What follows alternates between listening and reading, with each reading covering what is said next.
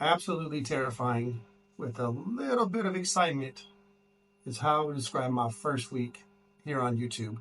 In today's video, I'm going to break down my first week's experience on YouTube into 4 different categories. And those are going to be as follows: how it was emotionally, how it was technically, what surprises there were, and what my numbers were at the end of week 1. So let's get going with what it was like emotionally. And I'll be honest, it was a lot. The primary emotion that I probably felt for week 1 was just embarrassment. And I'm not 100% sure why. I think part of me maybe thinks that I can be seen as chasing 10 rabbits, right? And because I'm chasing 10 rabbits at once, I'm not going to catch any. In the past, maybe that's kind of what I've done in the past, and I don't want people to think that this is another rabbit that I'm chasing. But I'm not sure if that completely nails it down. But it was to the point even I was embarrassed to tell my wife and my kids. That's my immediate family, right? If they don't support you, then nobody will. But that's just a true emotion that I had that I wasn't fully expecting when I started YouTube.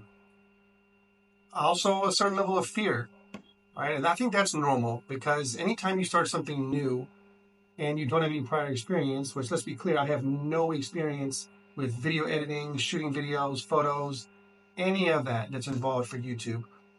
So there is going to be that natural fear of the unknown. So that one I can kind of explain. And I would say both of those are negative emotions. And while I think it's okay to acknowledge both of them, I think it's important to not let them dominate your actions or your inability to take action. So part of the reason I am pushing through is for that very reason. I don't want to make decisions based on being embarrassed or being led by fear. Which takes me to my last emotion, and that's excitement. And there is a certain level of excitement when you're starting, because again, you're starting something new. So the possibilities are endless, right? I don't know if it'll get monetized. That's the goal.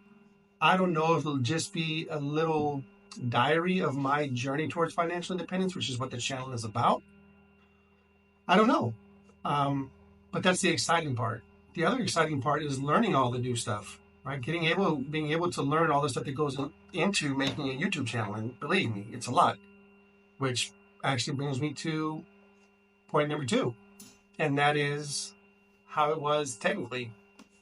As I said, there's a lot involved, right? There's how to record and how to even take pictures. And yes, I know how to take a general picture with the phone. That's what I'm using. But all the settings and the lighting and all the stuff that goes into it, I'm 42. So I didn't grow up with cell phones and tablets in my hands taking pictures all the time. When I was growing up, we had disposable Kodak cameras. You take a picture and you hope it pans out. You turn it in to the store or whatever it is where they process the film, and you pick it up in a couple of days, and then you find out if it was a good picture or not. And I didn't worry about settings or nothing like that. Y'all remember those? You spin the little wheel on top for the next picture. Maybe I'm too old, but that was the extent of my photography growing up. So there's a lot to learn coming in a little older, I think. But I think it's doable. And recording is the same, right? So with recording, that's a whole other ballgame because you're making videos, and then you have to upload those videos into whatever app you're going to use to do the editing. And I didn't even know how to upload the videos. So this week I have learned that. I have learned some very basic editing. I'm a beginner, but I am learning. And the good thing about it is any other time I watched YouTube, all that stuff seemed like magic to me. I had no idea how to do any of that stuff. It was pure magic to me. Now that I'm about a week in, I'm learning some basics. It seems doable. I can see like, okay, I kind of understand how this person was able to do this in the video. This I don't know, but I at least know an app where I can maybe figure that out. So there's some kind of direction on that, which feels good. And creating thumbnails. That's also a technical aspect, right? Again, you got to take the picture, you have to get the lighting right, you have to import that into, I'm using Canva, and then you have to play with it in Canva and figure out how to make the thumbnails.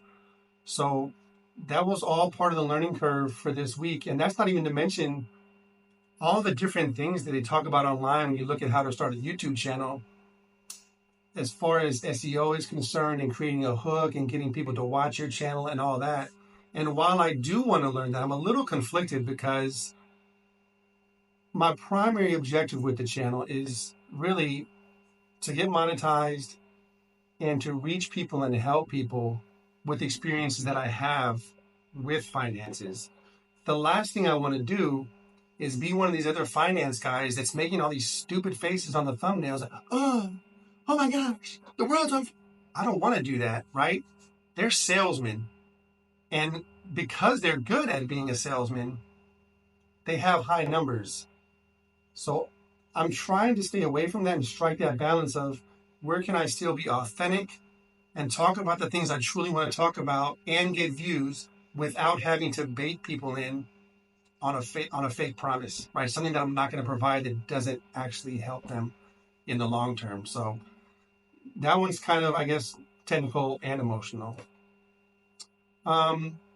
Category number 3 is what surprises were there, if any. And I'll be honest, there's one surprise that really changed a lot for me. Like it meant a lot. And this was my family watched my videos, even though I was embarrassed and I was kind of hiding them initially. They all watched them. My son, my daughter, and my wife. They liked, they subscribed. That's great. But the part that really surprised me was that later on in the day, my son, he's a teenager, came up to me and told me that he thought it was a really good video. He enjoyed certain parts, and that he told me certain parts. And why that matters to me is because it's dealing with finances. And I've talked to him about finances for years on how to be smart with money, how to save, how to invest, how to make sure you're taken care of in that regard, all those things. And he never cares. He's a teenager. He does not care about that, right? He gets money, he wants to buy some new shoes or a new video game like right away. Never cares. I can never get through to him on that. But when he told me he watched the video, he enjoyed the video, and he learned from the video, I kind of had a light bulb moment like, you know what? If nothing else happens with this, if it never goes anywhere and nobody ever sees the video except for my kids, and it teaches them through the video what they can't receive from me in person, that's a win for me. I'll take that any time of the day. So that was huge in this first week. So YouTube has already affected my life, even without a single subscriber, which is amazing. And I kind of gave it away for category 4, but that leads us right into category 4. What are my numbers? And I'm not even going to edit in and post a screenshot because they are 0. Well, they're not 0. They're like 12 because I watched my own video like 4 or 5 times, just kind of going through it and nitpicking it. And then my kids and my wife watched it. So as far as actual outsiders watching it numbers-wise, big old goose egg. 0 views, 0 likes, 0 anything. But it's week 1, so I'm not discouraged. I'm going to keep pushing. And I'll see you again on week 2.